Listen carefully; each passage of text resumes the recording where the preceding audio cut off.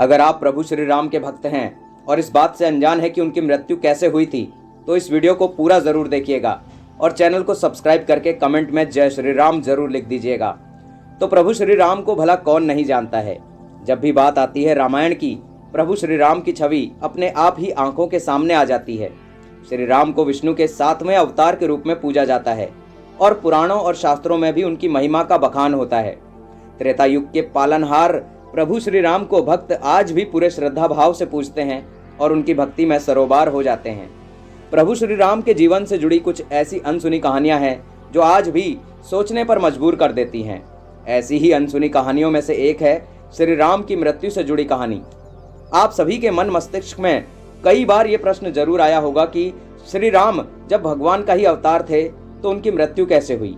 तो आइए जानते हैं प्रभु श्री राम की मृत्यु से जुड़ी कथाओं के बारे में। रामायण और अन्य पुराणों के मुताबिक प्रभु श्री राम का जन्म 5114 ईसा पूर्व हुआ था। प्रभु श्री राम अयोध्या के राजा दशरथ के बड़े बेटे थे। उन्हें भगवान विष्णु का अवतार कहा जाता है। यही नहीं, उनके विशेष कृत्यों की वजह से उन्हें मर्यादा पुरुषोत्तम के नाम से भी जाना जाता है। प्रभु श्री राम से अयोध्यावासी काफी प्यार करते थे और उनके वनवास जाते ही वो अत्यंत दुखी हो गए। तो प्रभु की मृत्यु के बारे में पहली कथा के बारे में जानते हैं।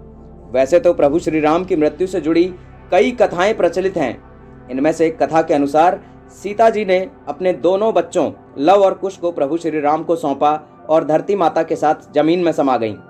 सीता के जाने से प्रभु श्री राम इतने दुखी हो गए कि उन्होंने यमराज से सहमति लेकर सरयू नदी में जल समाधि ले ली। दूसरी कथा के अनुसार भगवान श्री राम ने धरती पर 1000 वर्षों से भी ज्यादा समय तक शासन किया। अपने इस लंबे शासन काल में भगवान राम ने कई ऐसे काम किए जिन्होंने हिंदू धर्म को एक गौरवमयी इतिहास प्रदान किया।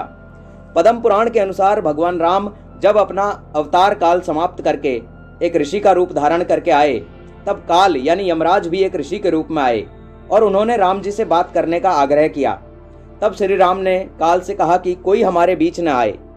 उस समय प्रभु श्री राम ने भ्राता लक्ष्मण से कहा कि वो एकांत चाहते हैं और काल से वार्तालाप करना चाहते हैं, इसलिए आप दरवाजे पर खड़े हो जाएं जिससे कोई भीतर प्रवेश न कर सके।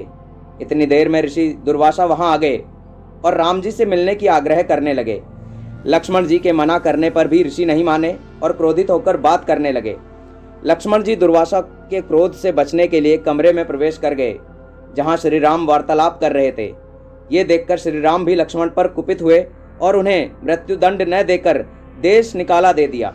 लक्ष्मण जी के लिए वह भी मृत्यु समान ही था, इसीलिए वो सरयू नदी में समा गए और शेषनाग का रूप धारण कर लिया। भाई की जल समाधि से आहत होकर श्री राम ने भी जल समाधि का निर्णय लिया। वो सरयू नदी के अंदर गए और भगवान विष्णु का अवतार ले लिया। इस तरह श्री राम ने मानव शरीर त्याग दिया और बैकुंठ धाम चले गए। वास्तव में ये कथा भगवान श्री राम के जीवन से जुड़ी सबसे रोचक कथाओं में से एक है और ये प्रभु श्री राम के मनुष्य रूप को त्याग कर वापस विष्णु रूप में आने के बारे में बताती है। उम्मीद करते हैं कि वीडियो आपको बहुत पसंद आया होगा। वीडियो अगर पसंद आया हो तो कमेंट बॉक्स में जय श्री राम जरूर लिख दीजिएगा और चैनल को सब्सक्राइब जरूर कर लीजिएगा और वीडियो जितना ज़्यादा हो सके उतना ज़्यादा लोगों तक फैला दीजिएगा। अगले वीडियो में मिलते हैं, तब तक के लिए जय श्री राम।